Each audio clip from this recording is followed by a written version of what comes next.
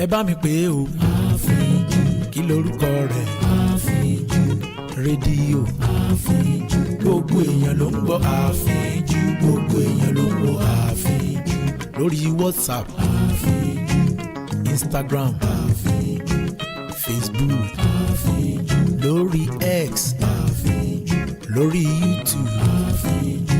Lórí TikTok. Àfíjù. Kí lorúkọ rẹ̀? Àfíjù. Ẹ bá mi pè é o. Àfíjù.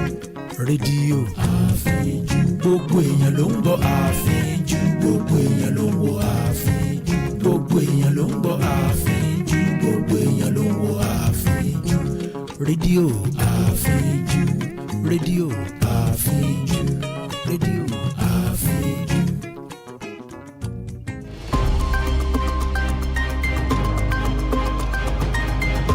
This is the headline news on Radio Afiju.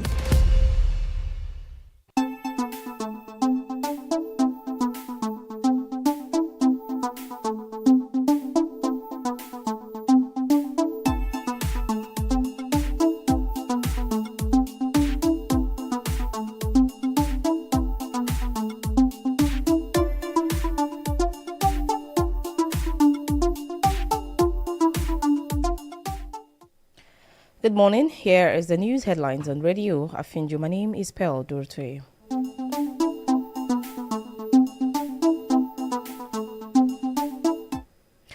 President Bola Tinubu has commiserated with former Senator Smart Adeyemi over the passing of his mother, Princess Victoria Adeyemi. In a statement issued by the Special Advisor to the President on Information and Strategy, Bayo Ononga, this morning, Tinubu acknowledged the enduring impact of her legacy, especially in the Yara community of Kogi State and among her numerous associates in Niger State, where she lived for 45 years and raised 6 children before relocating to Abuja.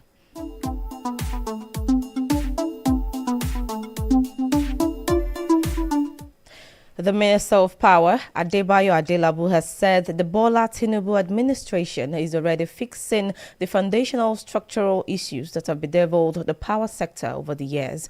Adelabu described the ongoing improvement in power supply across the country as a tip of the iceberg when compared with what is to come in the next few years. He stated this while speaking with journalists shortly after observing the Eid el-Kabir prayers at the Agodi Prayer Ground, Ibadan.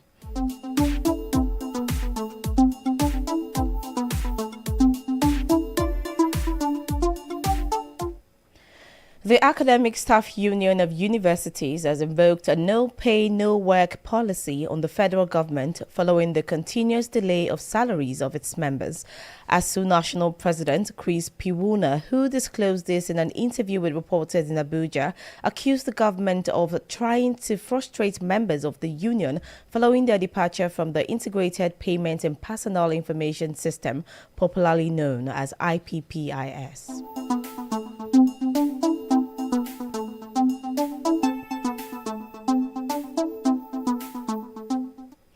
A faction of the Pan-Yoruba Socio-Political Group, Afenifere, has called on the National Assembly to commence impeachment proceedings against President Bola Tinubu over alleged conflict of interest in the award of the Lagos-Calabar Coastal Highway contract. The leader of the group, Obal Oladipo Olaitan, in an interview, condemned Tinubu's recent public declaration that the contractor handling the project, Gilbert Chagari, was his partner during the inauguration of 30-kilometer Phase 1, Section 1 of the Coastal Highway project.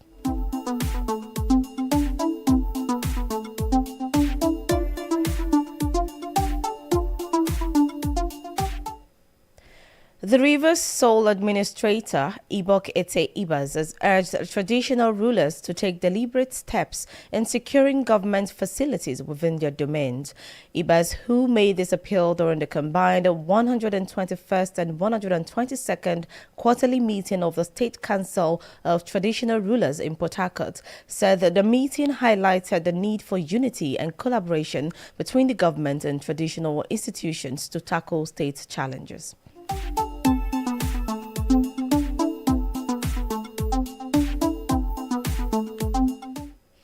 Three commissioners have refused to follow the Akwa Ibom State Governor, Umo Eno, who on Friday defected to the ruling All Progressives Congress, APC, from the opposition People's Democratic Party, PDP.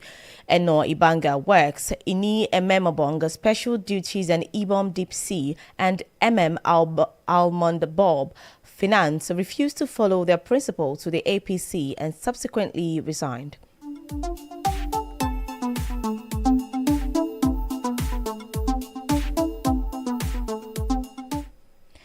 Governor Hyacinth Alia of Benue State is accused some serving politicians in the National Assembly of sponsoring the attacks in the state.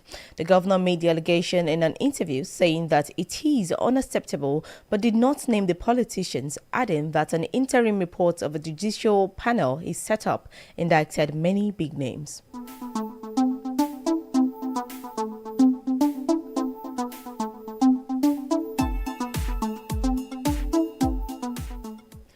Several persons are feared dead and many others injured after suspected armed herdsmen launched a fresh attack on the Makurdi-Naka road. Reports claim that the attackers struck on Friday evening along the troubled axis, leaving commuters stranded. The Makurdi-Naka road has remained under the control of armed Fulani militia groups for weeks, despite repeated assurances of military intervention.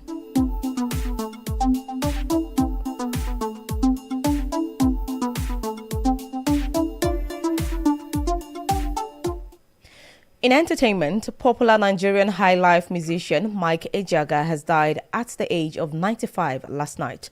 The musician's eldest son, Emma, who confirmed this person this morning to journalists in Enugu, said he died at approximately 8 o'clock p.m. at the 32 Garrison Hospital in Enugu after a prolonged battle with prostate cancer.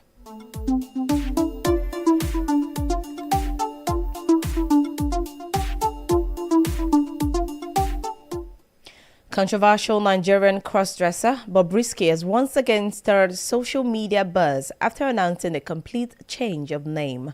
Born Idris Okoye, the internet personality took to his verified Instagram account to disclose that he would no longer be identified by his birth name, rather by his new official name as Afolashade Okoye, stating that it better reflects his feminine identity.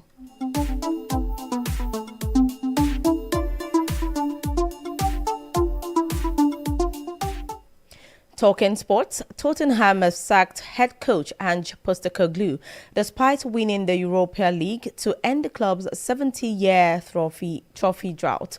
Postecoglou's dismissal, described as a unanimous decision by the Spurs board, comes 16 days after he guided Spurs to a 1-0 Europa final win over Manchester United to claim their first European trophy in 41 years.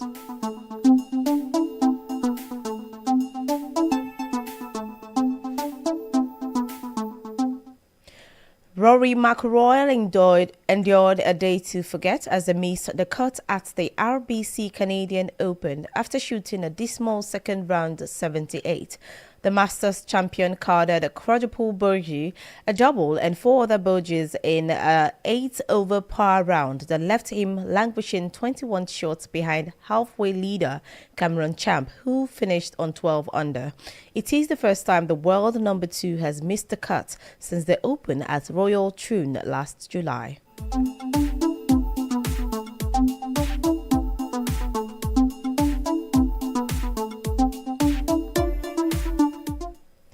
And on the foreign scene, Russia attacked the eastern Ukrainian city of Kharkiv at night with drones, missiles and guided bombs, killing at least 3 people and injuring 22, including a 1.5-month-old baby, the city mayor Ihor Terekov said this morning. One of Ukraine's largest cities, Kharkiv, is located just a few dozen kilometers from the Russian border and has been under constant Russian shelling during more than 3 years of war.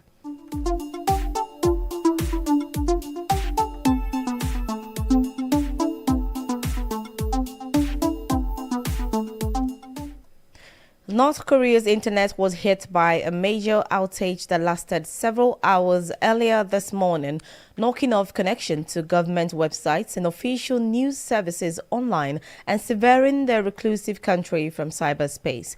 It was not clear what caused the outage, but it may have been internal rather than a cyber attack, as connections via China and Russia were affected.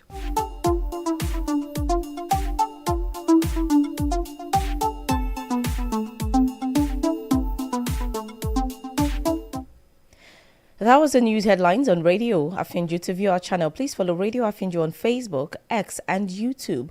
Join us at 6 p.m. for the World News. My name is Durotoye. Thanks for listening. Good morning.